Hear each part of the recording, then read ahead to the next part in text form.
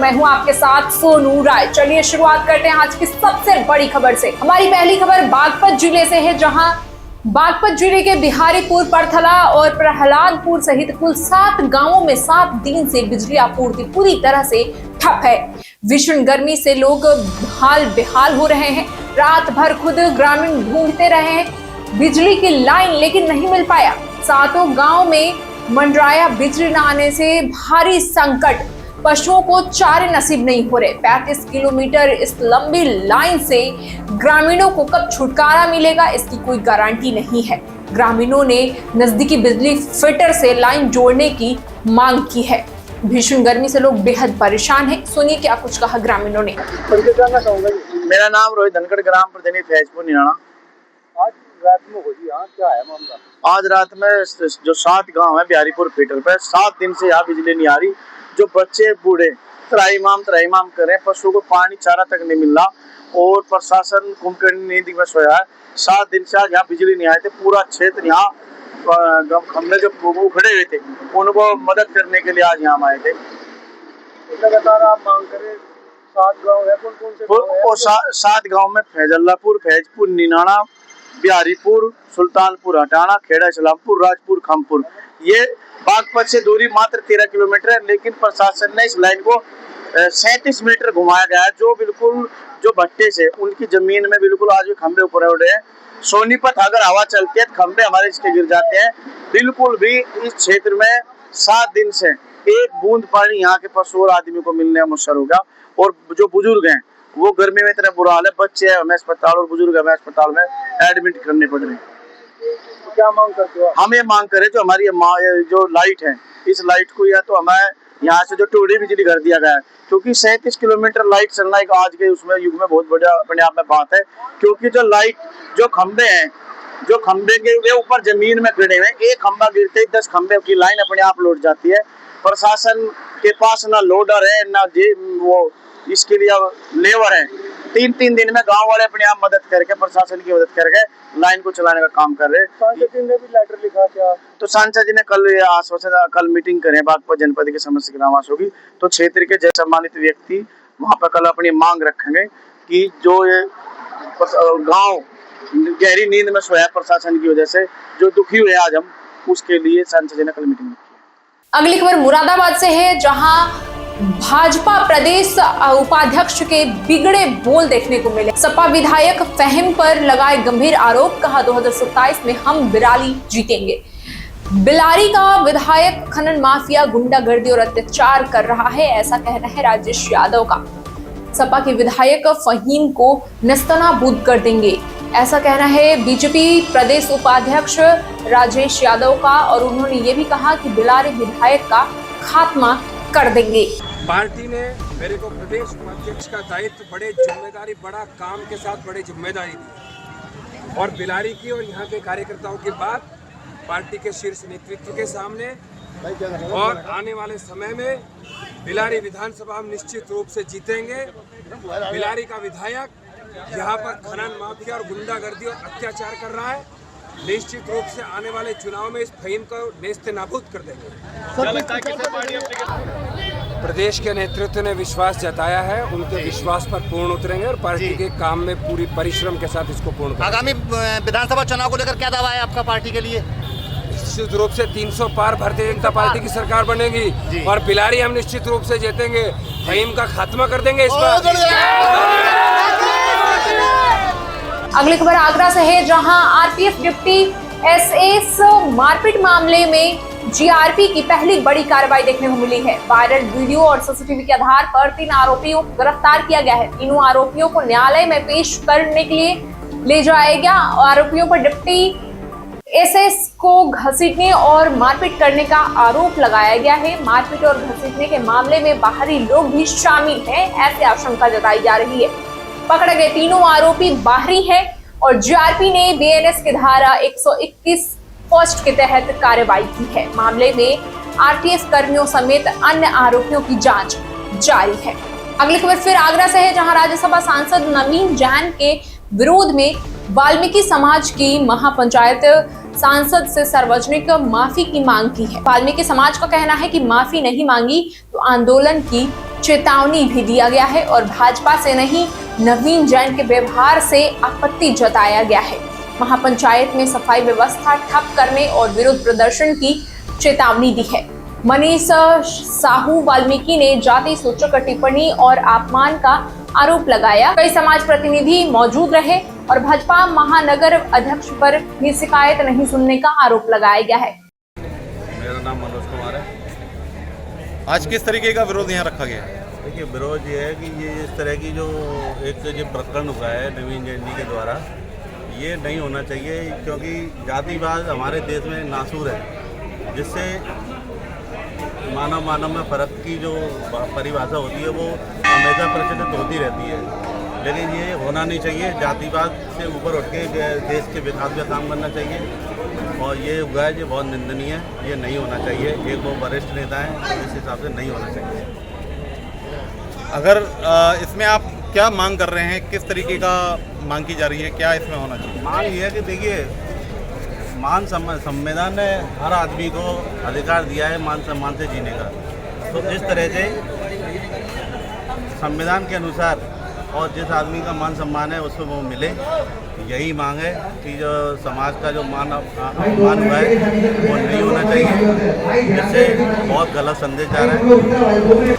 अगली खबर फिर आगरा से है, जहां आगरा लखनऊ एक्सप्रेसवे पर एक बड़ा हादसा देखने को मिला। सवारियों से भरी बस अनियंत्रित होकर खाई में, बस में 60 लोग सवार थे, जिसमें 6 सवारी घायल हुए। लखनऊ से आगरा आ रही थी वोल्वो बस, चालक को झपकी आने से हादसा होने की संभावना जताई जा रही है और सभी घायलों को सीएचसी भेज दिया गया है। थाना फतेहाबाद क्षेत्र के एक्सप्रेसवे किलोमीटर 35 का पूरा मामला है।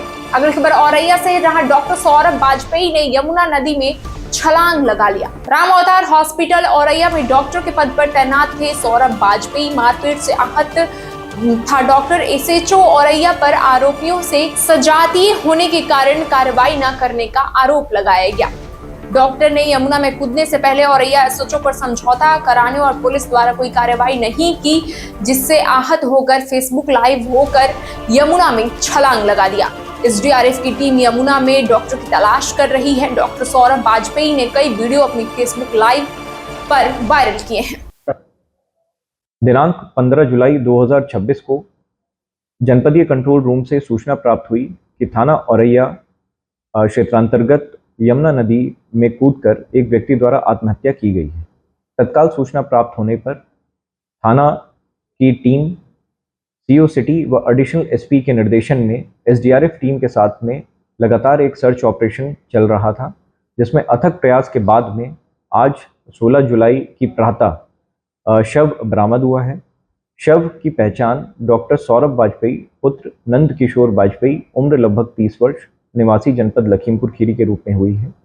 मृतक डॉक्टर सौरभ वाजपेयी के परिवार जनपद औरैया में मौजूद हैं। उनके द्वारा पूछताछ में ये बताया गया कि डॉक्टर सौरभ वाजपेयी राम अवतार मेमोरियल हॉस्पिटल तिलक नगर औरैया में कुछ समय से कार्यरत थे और उनके द्वारा लिखित तहरीर के द्वारा यह अवगत कराया गया कि डॉक्टर सौरभ वाजपेयी को कल राम अवतार मेमोरियल हॉस्पिटल के संचालक डॉक्टर एसके सिंह, उनके रिश्तेदार व अन्य कर्मियों द्वारा उनके साथ में अभद्रता की गई, मारपीट की गई, जिससे क्षुब्ध होकर डॉक्टर सौरभ वाजपेयी द्वारा ये कदम उठाया गया। प्राप्त लिखित तहरीर के आधार पर तत्काल मुकदमा पंजीकृत किया गया है और हॉस्पिटल के संचालक डॉक्टर एसके सिंह को तत्काल गिरफ्तार कर लिया गया है। इसमें जो शव है उसको पोस्टमार्टम हेतु मोर्चरी भिजवाया गया है। अग्रिम विधिक कार्रवाई। अगली खबर उत्तर प्रदेश की राजनीति से, जहां योगी सरकार मत्स्य पालन को आधुनिक तकनीक और डिजिटल सुविधाओं से जोड़ते हुए इस क्षेत्र में नई संभावनाओं के द्वार खोल रही है। प्रदेश के मत्स्य मंत्री संजय निषाद ने राजधानी लखनऊ में आयोजित प्रेस वार्ता के दौरान मत्स्य पालकों के हित में कार्रवाई शुरू की है और 7 नई योजनाओं से जुड़े पोर्टल का शुभारंभ किया है। मंत्री ने कहा कि इन योजनाओं के माध्यम से मत्स्य उत्पादन बढ़ाने के साथ साथ मत्स्य पालकों की आय में भी वृद्धि होगी। मत्स्य मंत्री संजय निषाद ने बताया कि प्रदेश सरकार द्वारा 7 नई परियोजनाओं से संबंधित पोर्टल लॉन्च किया गया है, जिनमें से 3 योजनाएं सीधे लाभार्थियों को आर्थिक सहायता और अनुदान प्रदान करने वाली है। उन्होंने कहा कि पोर्टल के माध्यम से आवेदन करने वाले मत्स्य पालकों को पारदर्शी तरीके से सब्सिडी का लाभ मिलेगा।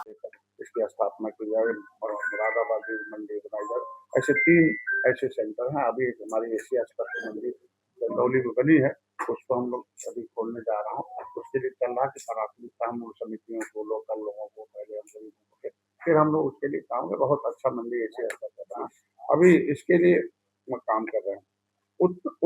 हमारी जितने भी गुणवत्ता है मछली की, जो बीज के सीड्स के हैं, उसको हम उसके लिए कि अच्छे नई टेक्नोलॉजी हो, नई हमारे पास स्टैंडर्ड बीज हो, स्टैंडर्ड सीड हो, स्टैंडर्ड हमारे मार्केट को स्टैंडर्ड करने के लिए उसको अंतर्राष्ट्रीय में एक वर्ल्ड फिश संस्था का तैयारी की जा रही है। उसमें भी हमें होगा, उसके लिए 6 करोड़ रुपये हमारी सरकार।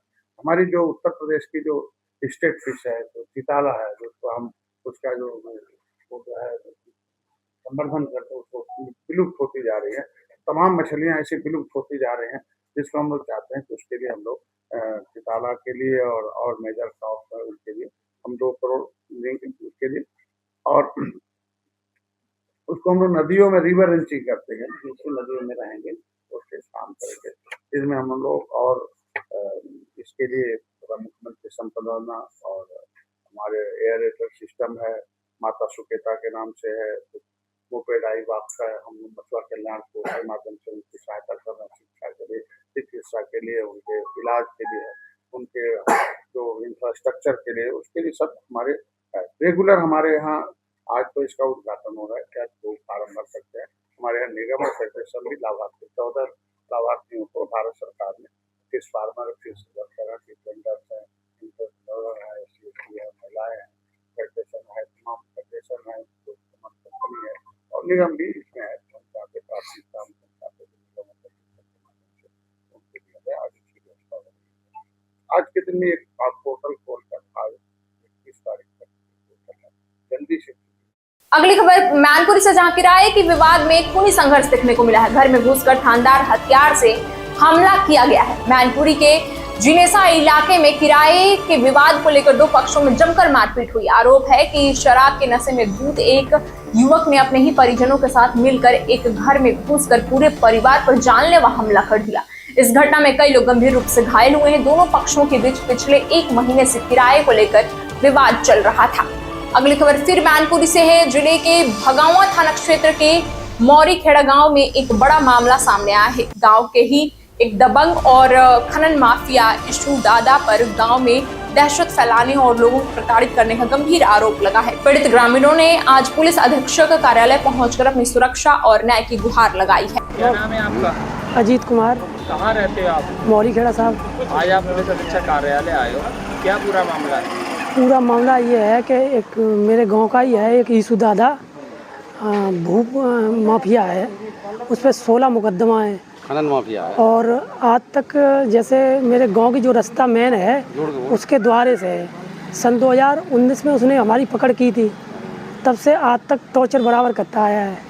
16 मुकदमा होने के बाद भी ये थाने में आना जाना इसका बराबर रहता है। और गांव की रास्ता जो मेन है वो इसके द्वारे से, तो ये हमेशा धमकी, लोगों को धमकाता रहता है। बच्चे स्कूल जाने से डरते हैं, जाते इसके द्वारे से, कहीं गाड़ी खड़ी कर देता, कहीं कुछ भी खोकर करता रहता है। पूरे गांव में दहशत बनाए हुए है। 16 मुकदमा है इसमें साहब। आपने वहाँ थाने में शिकायत की? थाने वाले सुनते ही नहीं साहब, उसका आना जाना बहुत थाने में है। कौन सा थाना लगता है? भोगा थाना।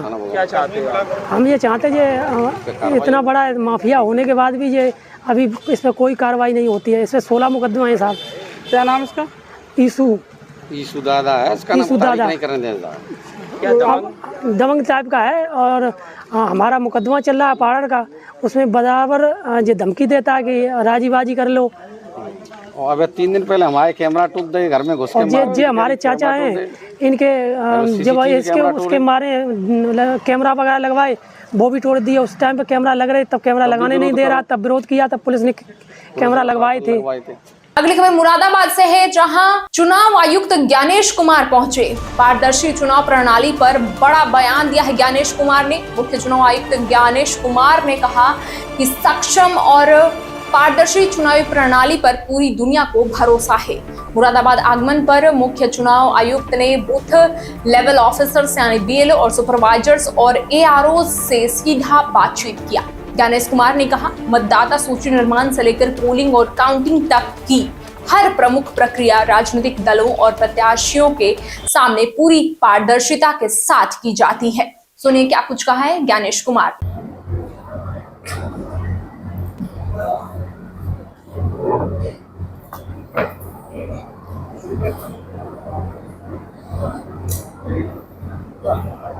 मुरादाबाद की धरा पर आकर हमने यहाँ के booth level officers, booth level supervisors, EROs और AEROs सबके साथ संवाद किया। भारत की पारदर्शी और सक्षम चुनावी प्रणाली के ऊपर इस बात पर भी संवाद किया कि चाहे वो मतदाता सूची का निर्माण हो, चाहे वो पोलिंग हो या वो काउंटिंग हो, ये सारी प्रमुख प्रक्रियाएं राजनीतिक दलों या प्रत्याशियों के कैंडिडेट्स के द्वारा कॉन्करेंट ऑडिट की जाती है। और शायद इसी सक्षमता और पारदर्शिता के चुनाव भारत में होते हैं, इस बात को ध्यान रखते हुए विश्व की सबसे बड़ी लोकतांत्रिक संस्था, जिसमें विश्व के सबसे बड़े लोकतांत्रिक देश हैं, भारत 2026 में उसकी अध्यक्षता कर रहा है इंटरनेशनल आइडिया। और इसी के साथ साथ मुरादाबाद बहुत दिनों के बाद आना हुआ, शहर का विकास भी बहुत हो चुका है और लोगों से संवाद करके भी बहुत अच्छा लगा। जय भारत, जय हिंद।